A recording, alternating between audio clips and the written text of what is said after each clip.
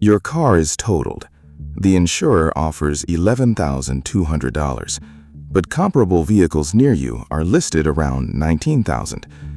Before you accept, there is one document you should inspect: the valuation report. In this dramatized case, one page helped change the settlement by $7,200. Sam Carter had been with the same insurer for 12 years. He paid every premium, never filed a claim, and expected the process to be straightforward. His 2019 silver SUV had 60,000 miles, the top trim package, regular service records, and several years of family use left. The vehicle was not rare, which meant there should have been enough nearby listings to build a realistic comparison. Then, during a rainy October drive, another vehicle entered the intersection against the light. Everyone walked away, but Sam's SUV did not. The adjuster was calm and professional. The SUV was declared a total loss, and 9 days later, the offer arrived: $11,200. Sam still owed $13,500 on the loan. That left a $2,300 shortfall before he even started shopping for a replacement. The fact that the other driver caused the crash did not change the vehicle's actual cash value, and without gap coverage, the remaining loan balance would still be Sam's responsibility. This is the first distinction every driver should understand. Actual cash value is intended to reflect what the vehicle was worth immediately before the loss, subject to the policy and state rules. It is not automatically the loan balance. It is not automatically Kelley Blue Book. And one dealer asking $19,000 does not by itself prove the vehicle's value. Asking prices are evidence. A stronger case uses several genuinely comparable vehicles, accurate adjustments, and clear local market data. Sam could accept the offer, argue over the phone, or first learn how the number had been calculated. He chose the third option. He wrote, "Please send me the complete valuation report and the basis for the settlement offer." Disclosure rules vary by state and policy, but asking for the report, the comparable vehicles, and every adjustment creates a written record and gives you something specific to review. When the report arrived, Sam did not begin with the final number. He began with the vehicle description. Was the VIN correct? The model year, body style, trim, drivetrain, factory options, mileage, condition. A single incorrect field can affect every comparison that follows. Next, he checked the adjustments. If a comparable had more mileage, fewer options, previous damage, or came from a different market, had the report clearly accounted for that difference. He also checked whether each listing was real, current, available around the loss date, and close enough to represent his market. Screenshots without dates or vehicle identifiers are harder to verify. A polished report can still contain weak inputs. On page 11, 4 problems stood out. One comparable was a base model, while Sam's SUV was the top trim. Another had 91,000 miles, compared with Sam's 60,000.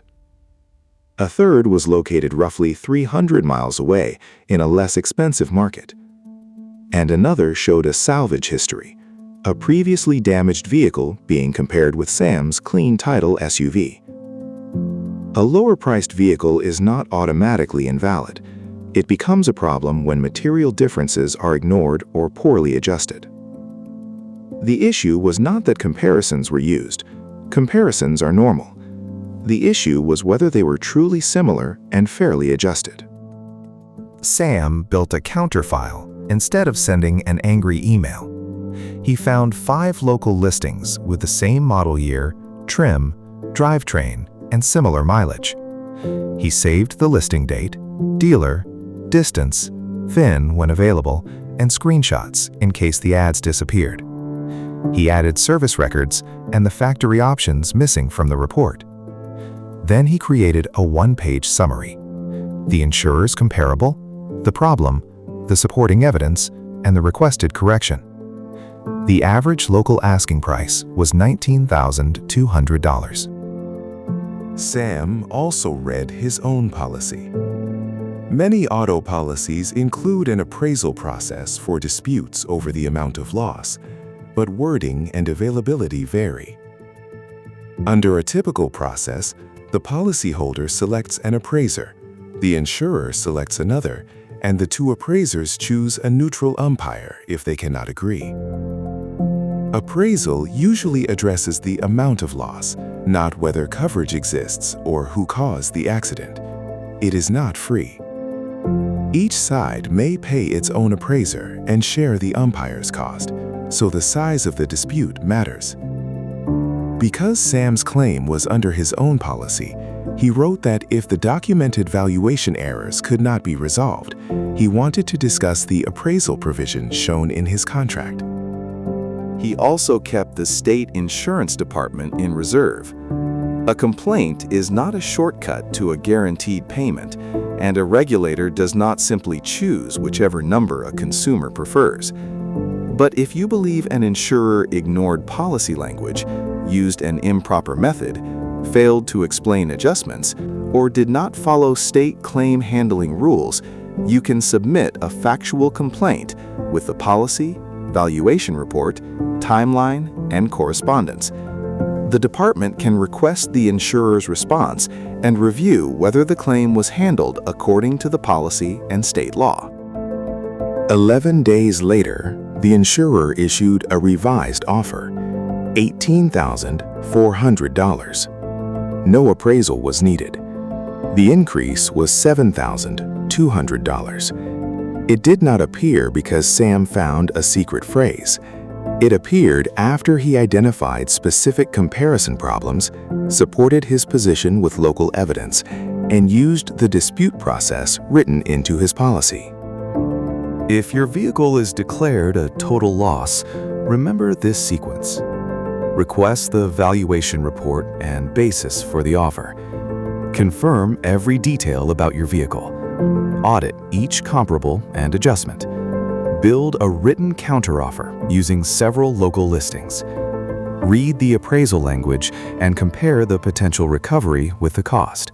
Contact your state insurance department if you believe the policy or state rules were not followed. Next on Claim Denied, a house fire claim changed by one disputed policy word. Subscribe for evidence-based insurance stories, because the fine print does not explain itself.